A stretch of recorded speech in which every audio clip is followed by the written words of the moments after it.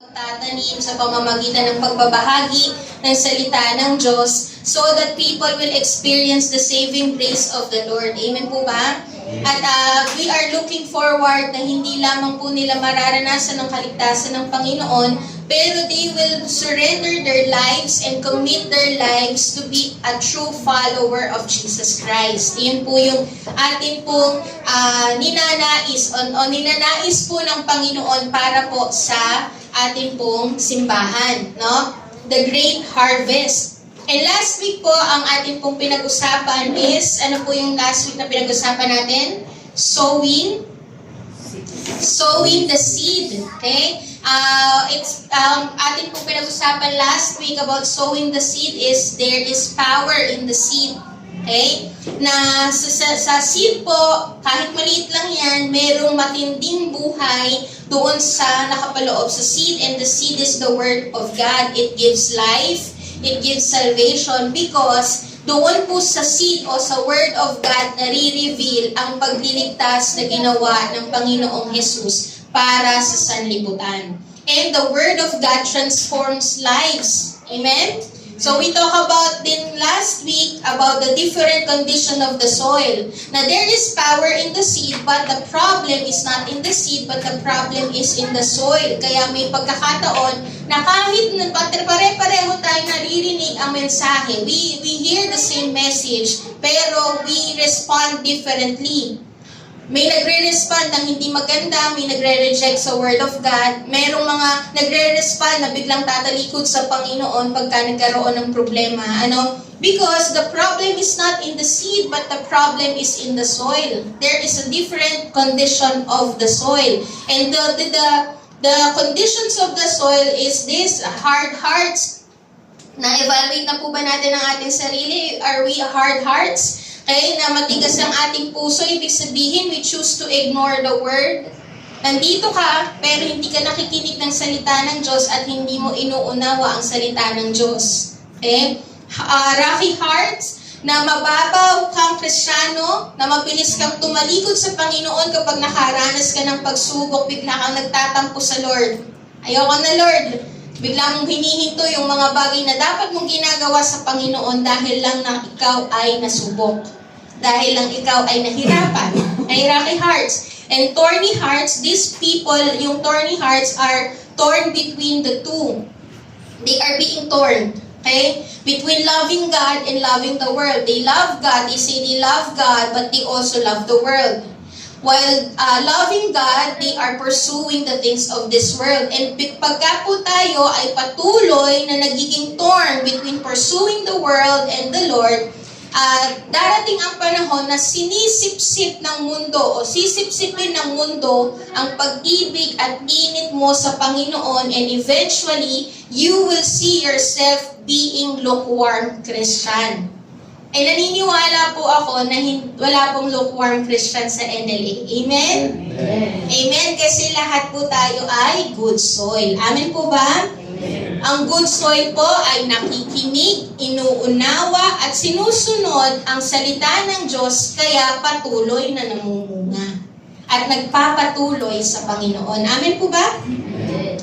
Amen. So today, pag-uusapan po natin is the responsibility of the sower. Pakisabi po, responsibility of the sower.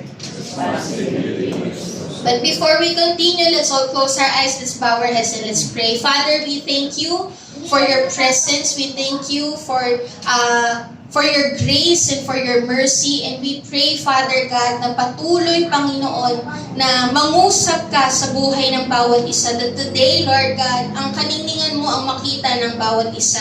Ang tinig mo ang marinig ng bawat isa, Panginoon. And let your words continue to take roots in our hearts, because you are giving us a heart that is good soil, Panginoon. Ang buhay namin ay nagiging good soil, Lord God.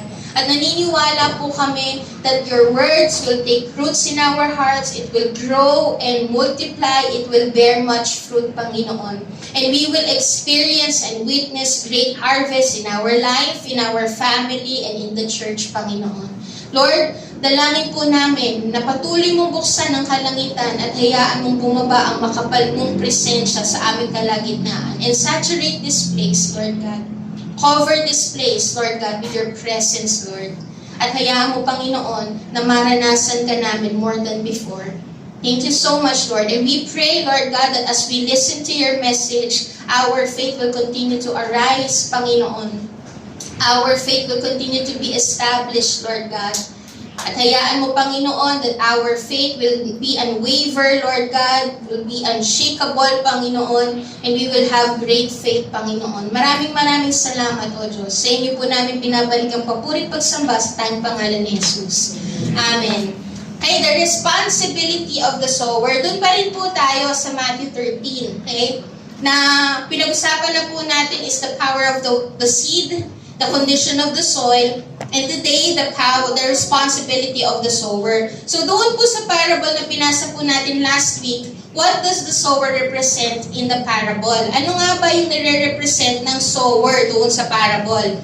Yung sower po, the sower is a man who goes into his field with the intention of raising a crop and gathering a harvest. Iyan po yung sower dito, na siya ay pumunta sa kanyang field, naghasik ng binhi with the intention, mayroon siyang desire na tumubo yung mga tinanim niya at dumating ang panahon na iha-harvest ngayon. Iyon yung desire ng puso niya. So gusto ng Panginoon na kapag ikaw ay nataniman ng salita ng Diyos, ikaw ay lumago. Amen po ba? Gusto ng Panginoon na kapag nataniman ka ng salita niya, ang salita ng Diyos sa buhay mo ay mamunga. Iyan ang ninanais ng sower. Wala pong sower na nagtanim tapos ang gusto niya ay hindi kumita. Wala pong sower na nagtanim tapos ang gusto niya ay hindi mamunga ang kanyang tinanim. Walang ganon. Tama po ba? Ang nais ng sower ay mamunga, tumubo at mamunga yung kanyang tinanim. So the Lord is expecting us to grow. Amen po? The Lord is expecting His word in our lives to grow. He expects that na ang farmer po, ang desire po niya sa seed na itinanim niya ay mapunta sa good soil so that it will grow. Kasi alam niya na doon sa maliit na binhi na yon, may buhay doon. There is life in the seed. No, there is life in the seed. There is life in the word. So dito po, ano po yung nire-represent o sino yung nire-represent po ng parable, ng sower sa parable? Una po, ang nire-represent po ng sower sa parable is Jesus Christ. He is the one who sowed the seed.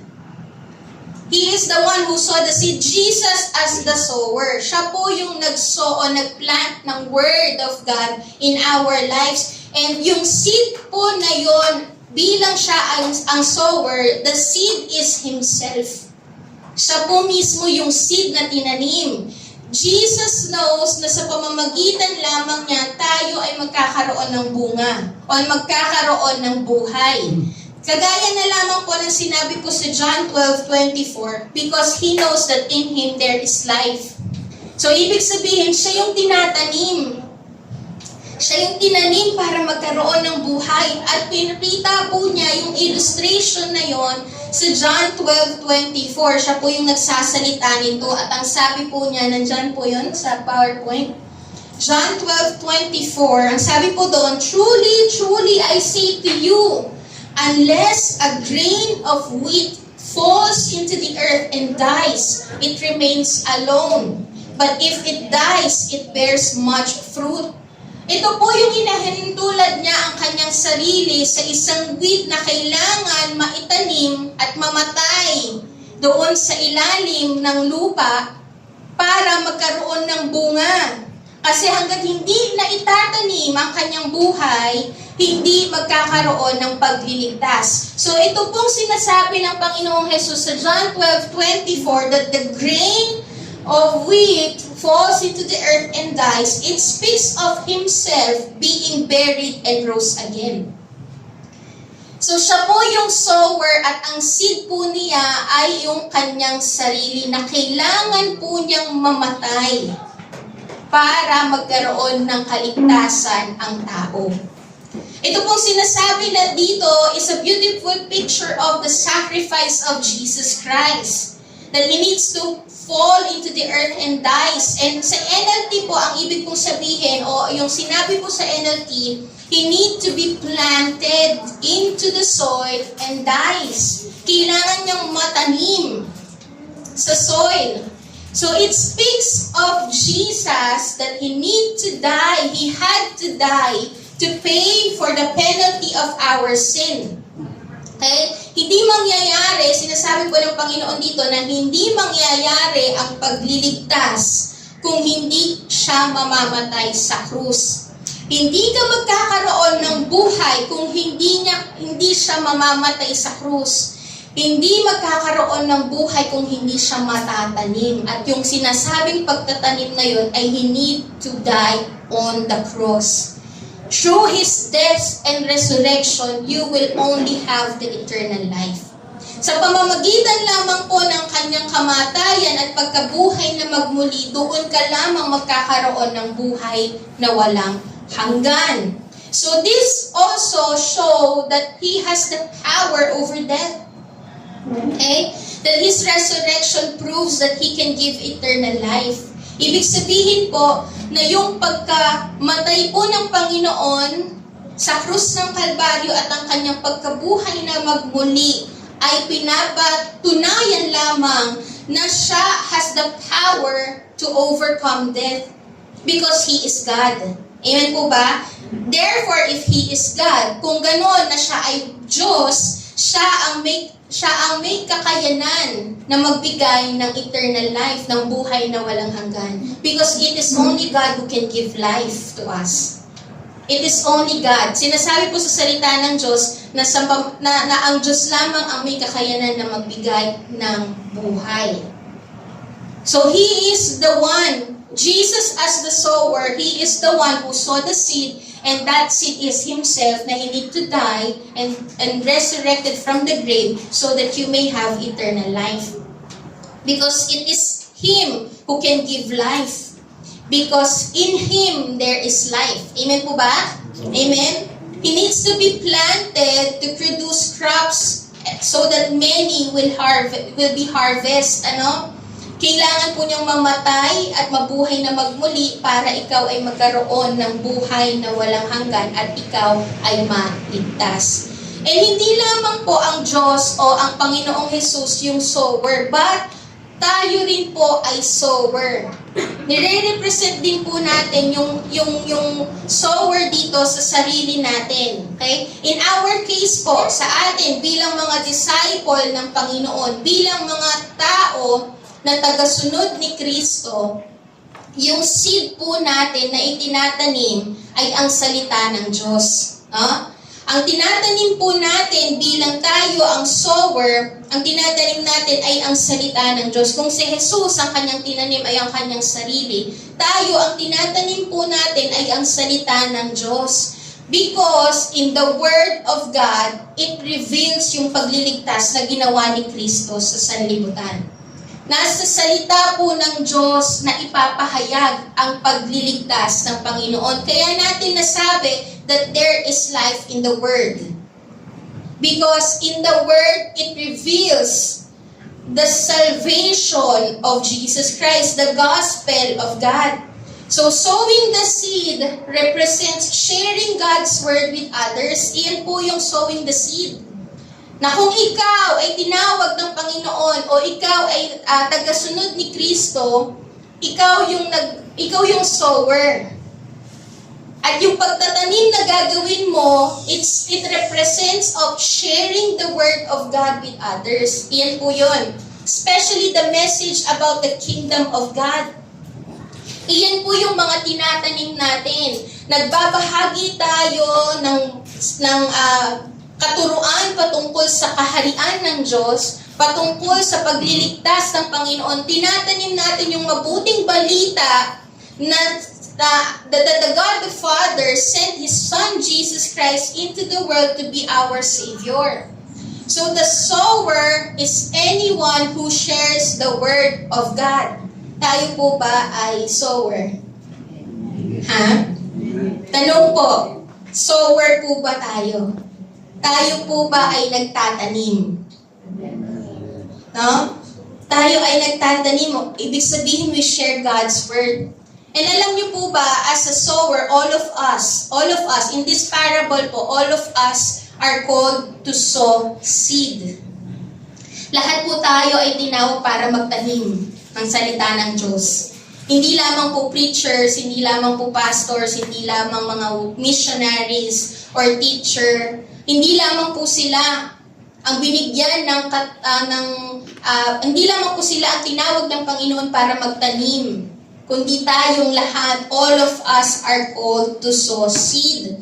Tayo ay tinawag para itanim sa puso ng bawat tao ang mabuting balita patungkol sa pagliligtas ni Kristo. Nagtatanim po ba tayo? Sower tayo? Amen. And ang sabi po dito sa Acts 1:8, but you will receive power when the Holy Spirit has come upon you, and you will be my what? Witnesses in Jerusalem and in all Judea and Samaria and to the ends of the earth. Pag sinabi po nating witnesses o yung witness, ito po ay yung taong nagbabalita ng mga bagay na nakita niya at naranasan niya. Iyon po yung witness. So dahil nakita mo at naranasan mo ang kabutihan ng Diyos at pagliligtas ng Panginoon, ikaw ay witness. Amen po ba? Amen. You are a witness. You are called to sow seed. You are called to witness for Christ. Amen po ba? Amen? Tayo po ay pinadala ng Diyos into the lost and dying world to tell the people about Jesus Christ. Ikaw. Pakisabi nga po, ikaw. Magtanim ka na. Nawala. Ikaw, magtanim ka na. Amen po ba? Kasi all of us are called to sow seed. All of us are called to witness. Ito pong verse po na to, yung balik po tayo. Yung verse po na to, sa Acts 1:8, ito po ay iniutos ng Panginoon at ang kausap po niya ay mga disciples. Okay? Ang mga disciples, hindi po niya iniutos to sa mga pastor lang, sa mga teacher lang, sa mga missionaries lang. Hindi po niya ito iniutos sa kanila lang. Iniutos po ito ng Panginoon sa lahat. Sa lahat ng disciples. Are you a disciple of Christ? Amen. Tagasunod po ba tayo ni Kristo? Amen. So kung tagasunod tayo ni Kristo, you are called to witness. Amen po ba? You are called to sow seed.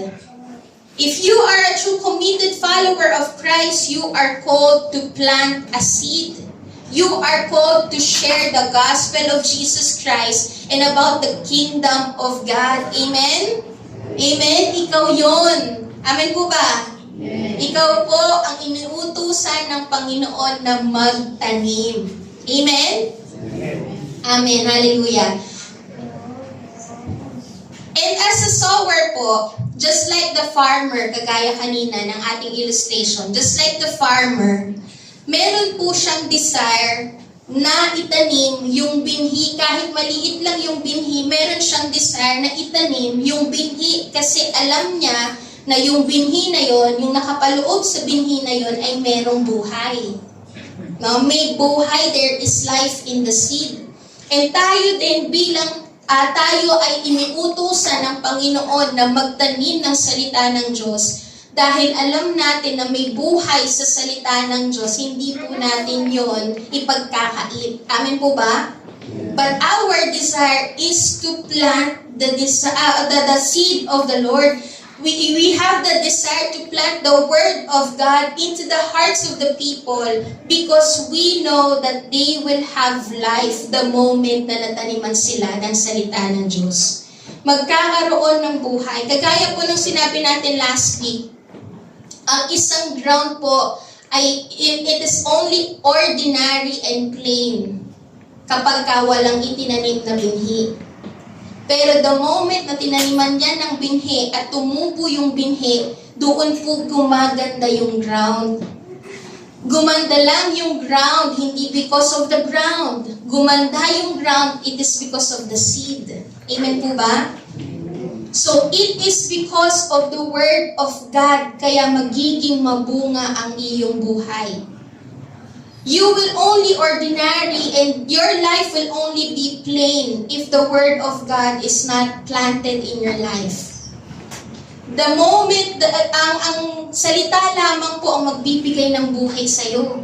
Ang salita lamang po ng Diyos ang magbibigay ng pagbabago at kagandahan sa buhay mo, sa pamilya mo. So start to plant the seed in your life. Start to plant the seed in your family. Start to plant the seed in your marriage. Amen po ba? Because there is life in the seed. Amen?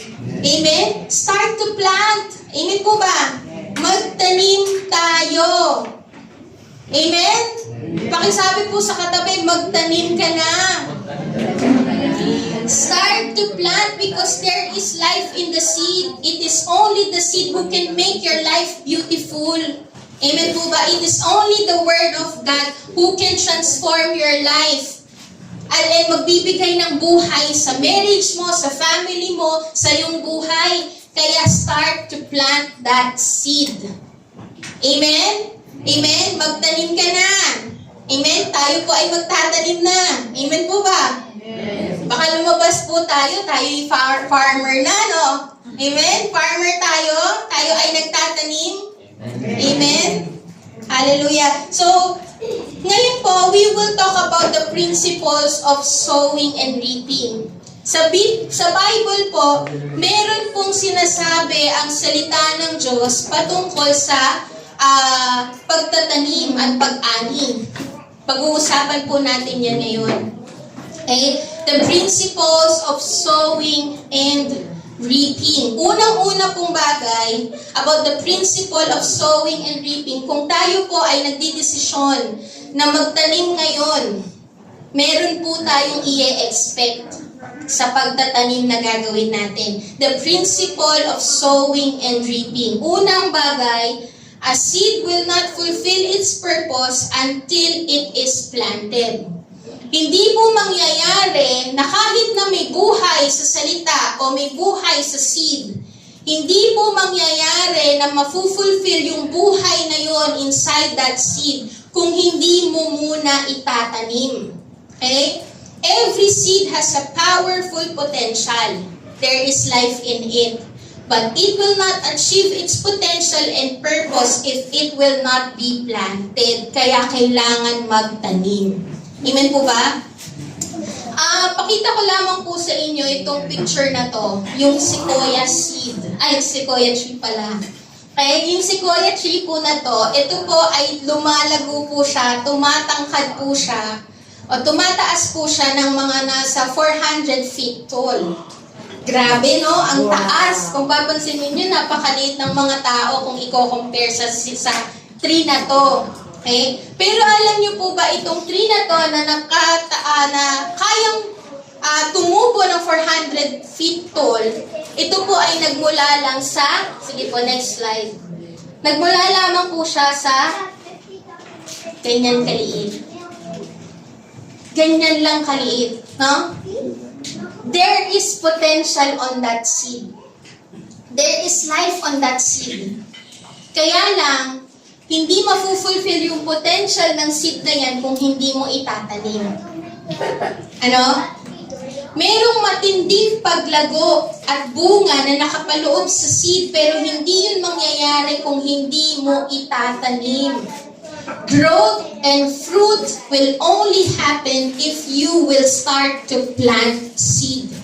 Lalago lang at mamumunga kung ito ay itatanim mo.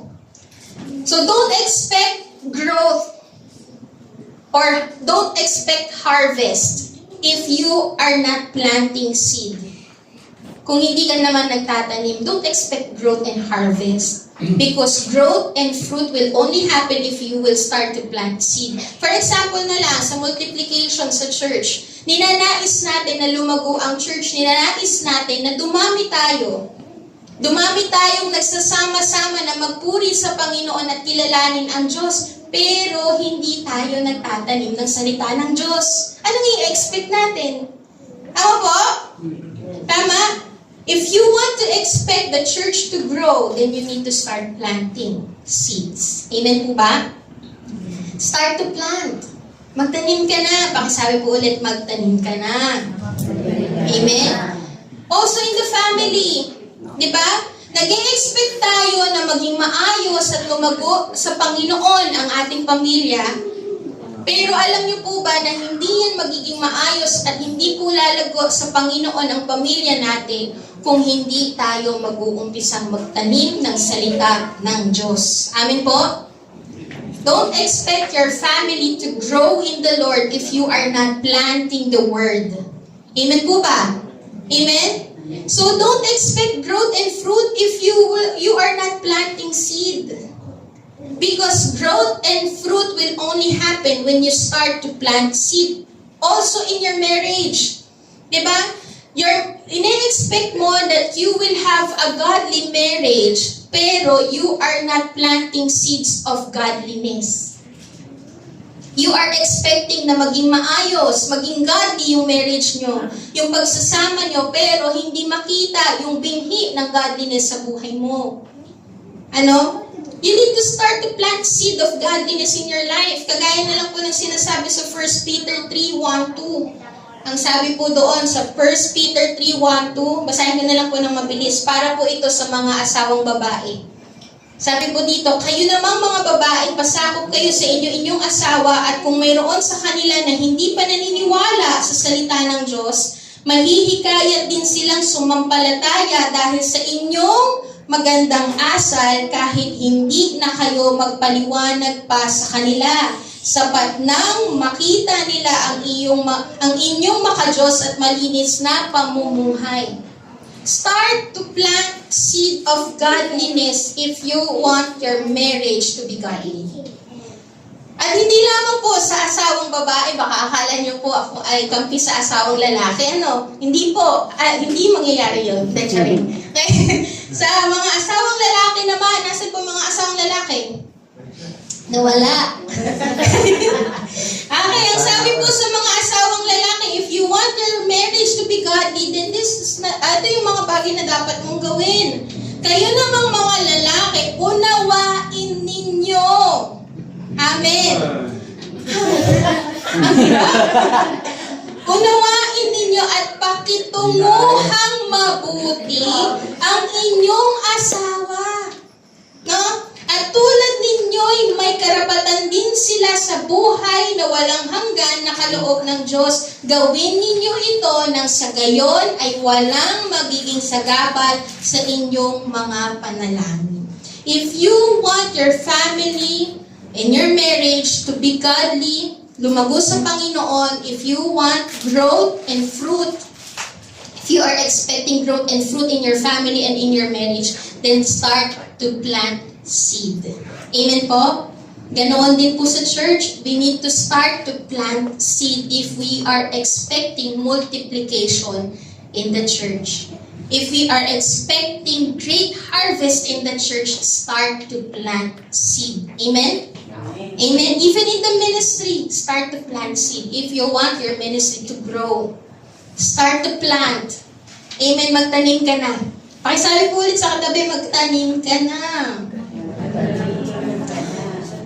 Amen. Start to plant seed. Don't expect to have a great harvest in the future if you are not planting seeds today.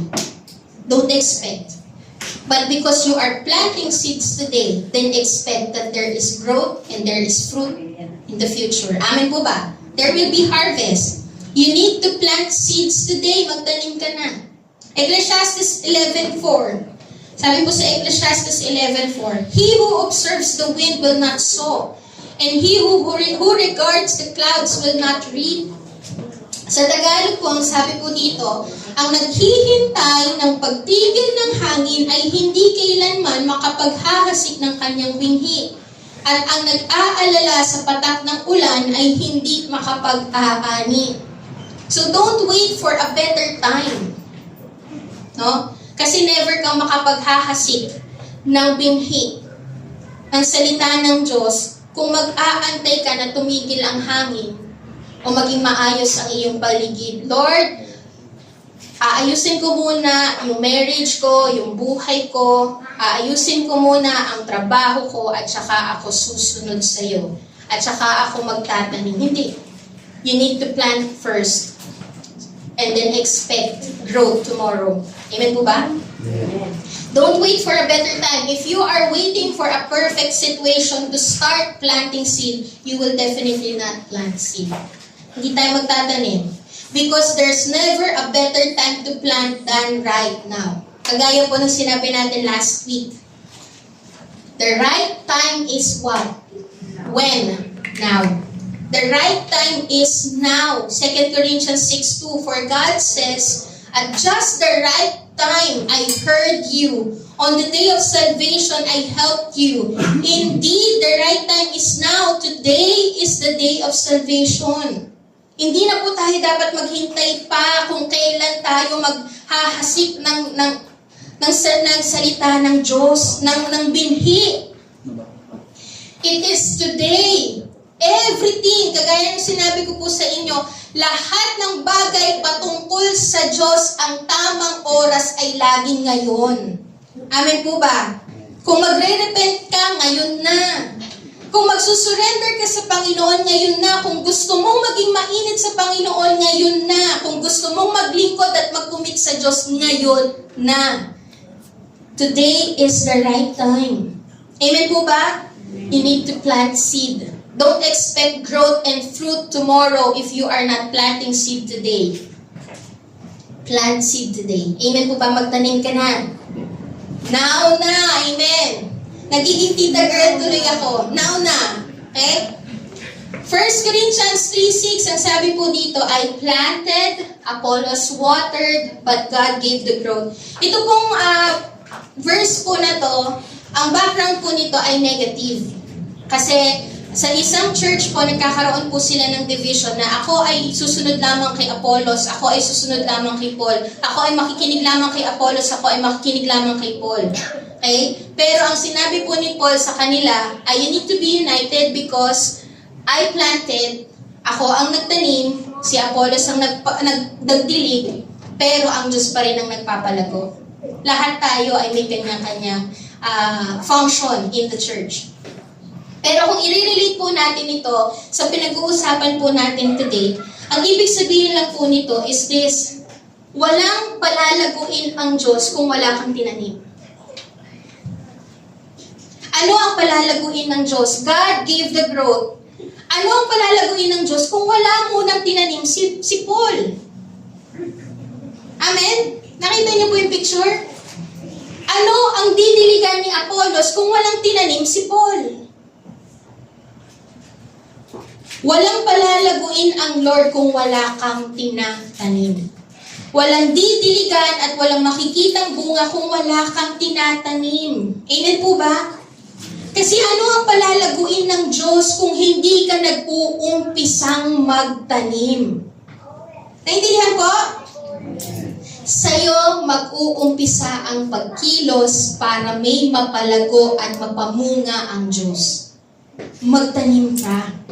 Magtanim po tayo. Amen po ba? Sa atin po mag-uumpisa ang pagkilos para may mapalago ang Diyos at may mapamunga ang Diyos. Kailangan muna nating magtanim. Amen po ba? You need to plant seed today. Amen? Amen? Amen po ba? Naintindihan po? Amen. So, ito po yung mga bagay na pwede po nating gawin at makikita natin na ginagawa din ng banal na Espiritu. When we do this, okay, the Holy Spirit does this. Okay, basahin lang po natin ang mabilisan.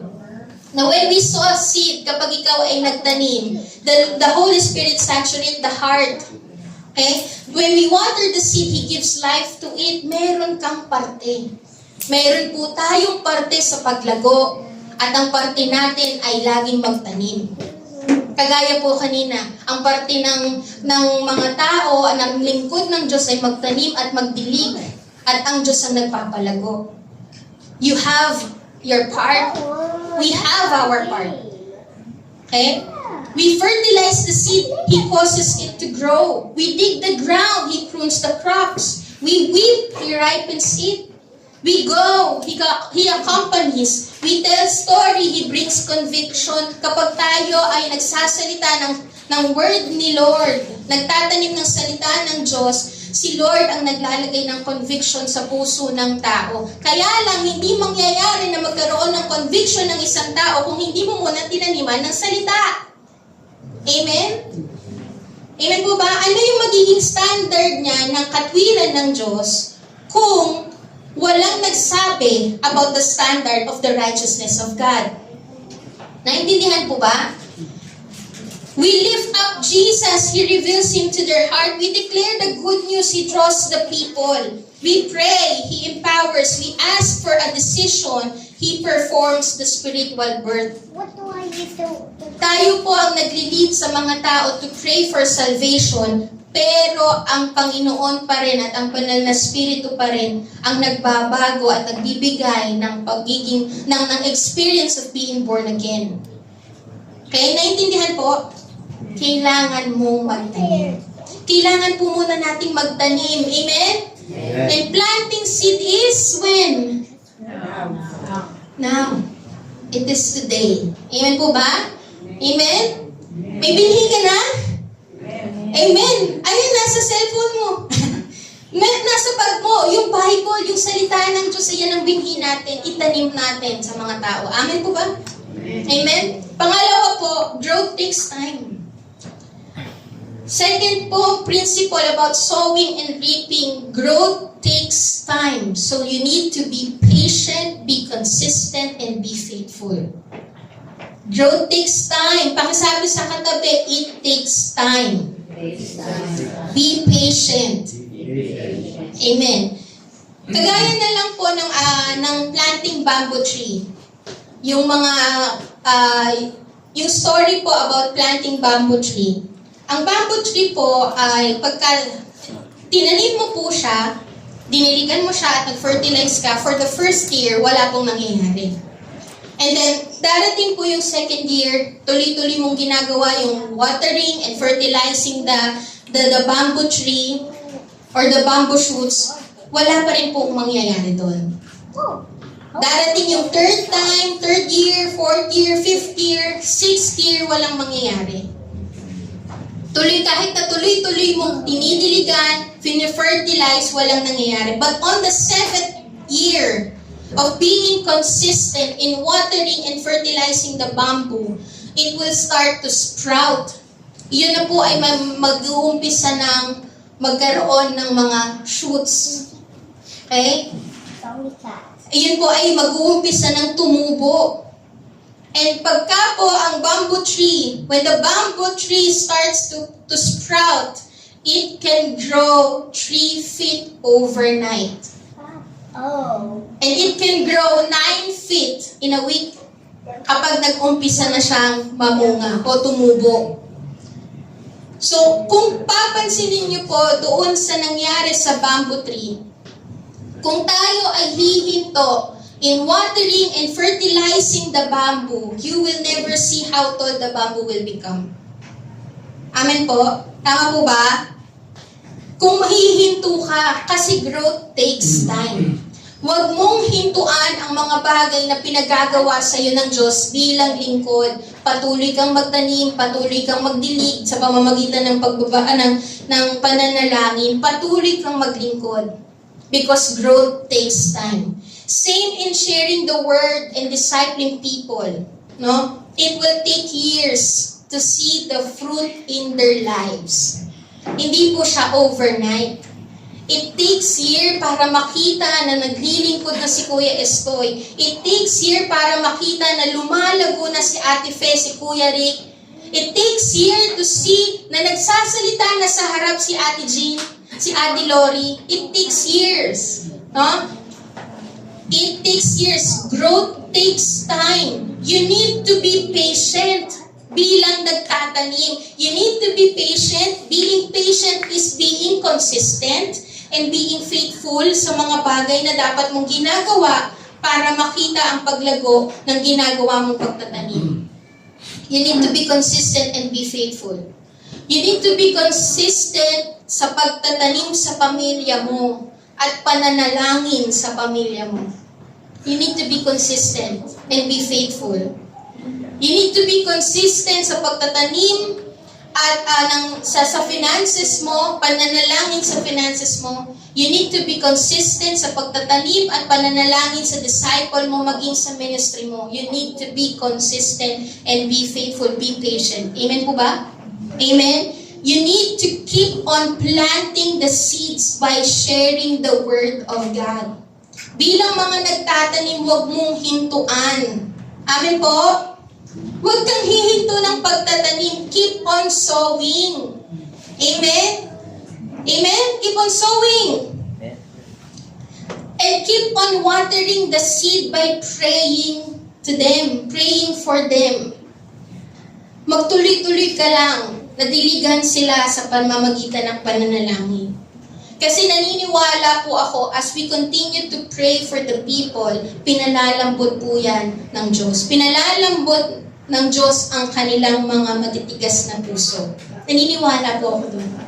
No? And the word will take roots in their hearts if we continue to pray for them. Amen? Because it is God who transforms heart. At as you continue to pray for the people, wala pong matigas na puso na hindi kayang palambutin ng Diyos. Amen? Amen po ba? That's why po, nitong nakaraan, di ba, ginawa po natin, being part of doing this great harvest, ano po yung ginawa natin? We continue to pray for the soul. We continue to pray for the lost people. Di ba? Nagkaroon po tayo ng 21 days challenge of prayer and fasting. Kasi hindi natin to kaya. Si Lord ang nagpapalambot ng puso. And it takes time. No? It takes great patience para makita mo yung paglago ng mga tao. Amen po ba? We are watering them by praying for them, and you keep on fertilizing the seed by ministering to them, by helping them. Huwag po tayong magsawang maglingkod. Amen po ba? Huwag tayong magsawang maglingkod. Kahit may suffering, kahit may persecution, kahit may pain from the past, huwag magsawang maglingkod. Amen? Never grow tired in doing what is good. Huwag magsawang magtanim. Magtanim ay di biro, pero huwag magsawang magtanim. Amen po ba? Amen. Isang story po ng isang pastor. Yung isang pastor po na to ay naglingkod po siya for so many years sa isang maliit na church. And doon sa community na kinabibilangan po ng church niya. And he is so faithful. Very faithful po siya in preaching the Word of God. Regular po siyang nagbibisita ng mga kasamahan po niya sa church. Very faithful po siya in witnessing, in sharing the gospel. And sobrang tagal po niyang ginawa yun. No? He is so faithful. Pero kahit na ang tagal po niyang ginawa yun and he is faithful, konti lang po yung fruit. Konti lang yung fruit and konti lang yung conversion na nangyari. Konti lang yung mga naging bunga. And some people think po, nung namatay po yung pastor na to, some people think na yung kanyang ginawa ay hindi po tagumpay. It is a failure. Nung siya ay namatay, ang mga tao na nakapaligid sa kanya, his co-leaders, ang iniisip po ng mga tao doon sa ginawa ng pastor na to is failure yung ginawa niya. Kasi walang naging bunga o konti lang yung naging bunga. Tapos ang nangyari po, meron pong inilagay na bagong pastor doon po sa church na yun. And then, yung new pastor po na yun, he preached the same gospel. He preached the same message. Doon sa lugar. And then, ang nangyari po, nakaka-amaze po yung nangyari doon sa lugar na yun. Kasi, yung mga tao, they began to surrender their lives to the Lord. Nag-umpisa po sila, nagkaroon ng revival nung nag-preach yung bagong pastor. Nagkaroon ng revival at ang daming sumuko sa paanan ng Diyos. Ang daming tinanggap si Jesus bilang Diyos sa tagapagligtas ng kanilang buhay. Nagkaroon ng revival on that community. And then, ang nangyari po, itong new pastor na to, kinausap po niya yung mga tumanggap kay Kristo, yung mga new converts. And ang sabi po ng mga tao, they share the same testimony. They have this one thing in common. At ang tinetestify po nila is this, kaya po daw sila tumanggap kay Kristo bilang Diyos sa tagapagligtas ng kanilang buhay kasi hindi sila hinintuan ng old preacher na namatay. Hindi po sila hinintuan. Namunga po yung faithfulness ng old preacher na to. Okay? Kaya nagkaroon sila ng awakening to receive Jesus Christ as their personal Lord and Savior kasi nabuksan ang kanilang mga mata that they need Jesus Christ. Okay? Sa ibang tao, ang tingin ng mga tao doon sa ginawa ng faithful pastor na to is failure kasi konti ang bunga. Pero kapag ikaw ay nag-umpisang magtanim, hindi yan failure. Kapag po ikaw ay nag-umpisang magtanim, may bunga at may bunga po yan. Amen po ba? Hindi ko po dun po sa story, hindi ko po sinasabi na ang pastor ang nagligtas at nag-convert sa mga tao. It is still the Holy Spirit that convicts and convert the people. Pero dahil may isang faithful pastor na hindi nagsawa at hindi huminto na gawin ang pinaggagawa ng Diyos na magtanim, manalangin at magministeryo, ito po ay pinalago at pinamunga ng Diyos. Amen po ba? Lalago at lalago ang iyong tinatanim basta mag-umpisa ka lang magtanim. Amen po ba? Growth and fruit takes time. Be patient. Be consistent and be faithful in doing what God calls you to do. Amen po ba? Sabi po sa Galatians 6:9, and let us not grow weary of doing good, for in due season we will reap if we do not give up. Amen? We will reap a harvest at the right time if we do not give up. Amen po ba?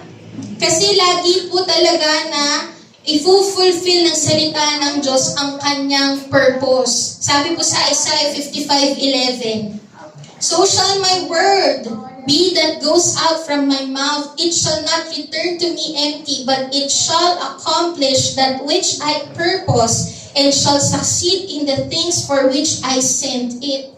Kapag ikaw ay nagtanim ng salita ng Diyos, ito po ay mamumunga at mamumunga because the Word of God will not leave you empty-handed, but it will always fulfill its purpose. Amen? Amen? And pangatlo po, dito na po ako magtatapos. Pwede ko po bang tawagin ng worship team?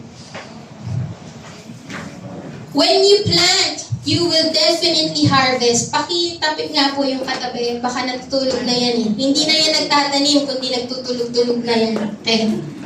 When you plant, you will definitely harvest. Sa Job 8:7, ang sabi po dito, and though your beginning was small, your latter days will be very great. Sa NLT po, ang sabi po dito, and though you started with little, maliit lang ang pagpapaumpisa mo, but you will end much. Kung gusto mong mamunga, if you want to have a greater harvest, then plant more seed. Plant more seed. Amen po ba? 2 Corinthians 9:6, sabi po dito, whoever sows sparingly will also reap sparingly, and whoever sows bountifully will also reap bountifully. That's the principle of the Word of God. That's the principle of the Word of God when it comes to sowing. Kung gusto mong umani ng madami, magtanim ka ng madami. Amen po ba? Amen? Hindi ka lang magtatanim ngayon, pero magtatanim ka ng marami. Amen po? Amen. Magtanim ka ng marami para ikaw ay umani ng marami. Proverbs 11:24. Sabi po dito, one gives freely, yet grows all the richer. Another withholds what he should give and only suffer want. Sa Tagalog po, ang sabi po dito, ang taong mapagbigay ay lalong yumayaman, ngunit naghihirap ang tikom na ang kamay.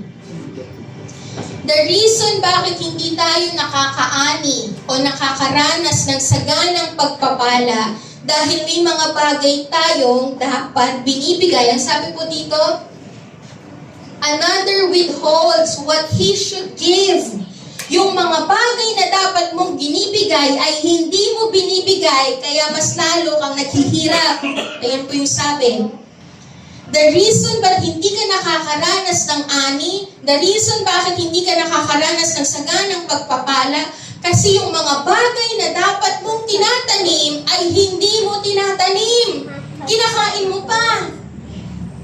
Yung binhi na dapat tinatanim, instead na itanim, kinakain mo. What he should give, kung ano yung mga bagay na dapat mong ibigay, ibigay mo. Amen po ba? May mga sinasabi ang Diyos na dapat nating ibigay. Pero ang problema na nanatiling tikom ang ating kamay. Kung gusto natin pong umani, matuto tayong magtanim. Amen? Kung gusto nating umani, matuto kang magtanim. Pakisabi po sa katabi, magtanim ka na. Isang example lang po, isang story po, si John D. Rockefeller. Sino po yung nakakakilala kay John D. Rockefeller? Ayan po siya. Si John D. Rockefeller po, siya po ay the wealthiest man in the world nung pong siya ay nabubuhay. In his generation, he is the wealthiest man in the world. And in-interview po siya, ang tanong po sa kanya is, paano ka naging wealthiest man in the world? Isa lamang po ang kanyang sinabi, and he said this, you tithe 10% to God. You save 10%, and then you live on the 80%. He has this principle of 10-10-80, at hindi po niya tinatanggal yung 10% niya sa Diyos. Ang sabi po niya, I live in the 10-10-80. You pay God first, you pay yourself second by saving 10%, and then you live on the rest. Mamuhay ka doon sa 80% lang. Matuto kang mamuhay sa 80% lang kasi ang 10% ay para sa Diyos. Ang 10% ay sa Diyos lang. No? Kaya po siya pinagpala ng Panginoon kasi marunong siyang magtanim at hindi po niya hinintuan ang pagtatanim, kaya sa kanya po, kaya po siya ay nagpinagpala. Namunga ang lahat ng kanyang tinanim. Hindi po niya hinintuan. He is being consistent and being faithful in giving because I still believe that the key to blessing is to give. And yun po yung sinasabi sa salita po ng Diyos. Para kapag palain, ikaw ay dapat magbigay. It is better to give than to receive. At ang sabi po kanina sa Proverbs 11, di ba? Ang taong nagbibigay, those people who are generous, sila pa ang mas lalong pinagpapala. Ang layo doon sa prinsipyo ng mundo kesa sa prinsipyo ng Diyos, sa salita ng Diyos. If you want to harvest plenty, then kailangan mong magtanim. If you want to harvest bountifully, then plant bountifully. Amen po ba? Kung gusto mong kumani ng marami, magpatuloy ka sa pagtanim. Kasi when you plant seed, you will definitely receive a harvest. Iyan po yung pangako ng Diyos. Amen po ba? At hindi po siya bumibigo sa pangako niya. Kagaya na lang din po sa ating kalakasan. If you want to be strengthened, then give your strength away by using your strength to serve the Lord and His church. Kung gusto mong mapalakas, maglingkod ka. Ganoon ang prinsipyo ng salita ng Diyos. If you want to be comforted, then comfort others. Prinsipyo yun ang salita ng Diyos. Ang layo sa prinsipyo ng mundo. Ang sa atin, ang sa mundo, kailangan kong ma-comfort, kailangan kong mapalakas, pero ayaw natin magbigay. Ano lang? Kuha lang na kuha. Pero ang sa salita ng Diyos is better to give than to receive. The reason why you are being comforted is for you to comfort others. Kasi ang sabi sa salita, those who refreshes others will also be refreshed. Kung gusto mong mapalakas, gamitin mo ang kalakasan mo para magpalakas. Amen po ba? Kung gusto mong umani, gamitin mo ang binhi para magtanim. 2 Corinthians 9:10. Ang sabi po dito, He who supplies seed to the sower and bread for food will supply and multiply your seed for what? Bakit tayo binibigyan ng seed ng Diyos? Yung sinasabi dito, He who supplies, it is the Lord who supplies the seed. Bakit ka binibigyan ng seed ng Diyos? Bakit? Bakit? Anong sabi? For sowing, para itanim. It is for sowing kasi ang desire ng puso ng Diyos sa'yo is to increase your harvest. Amen po ba? Hindi ka kinukuhanan ng Diyos, ang utos ng Diyos, kaya na gusto kang magtanim ay para mas bigyan ka. Amen po ba? To increase your harvest, the reason why God give you the seed, it is not to eat or to hold it. The reason why God give you the seed is for the purpose of planting it so that you may harvest, so your harvest may increase. Amen? Para mag-increase ang harvest mo. Ang sabi nga po, you can count the number of seeds in an apple, but you cannot count the number of apples in a seed. Mabibilang mo man ang mga tinatanim mo, pero hindi mo mabibilang ang gagawin ng Diyos na pag-ani sa buhay mo. Amen po ba? Hindi mo mabibilang. Just start to plant seed today. Amen po ba? Start to plant seed today.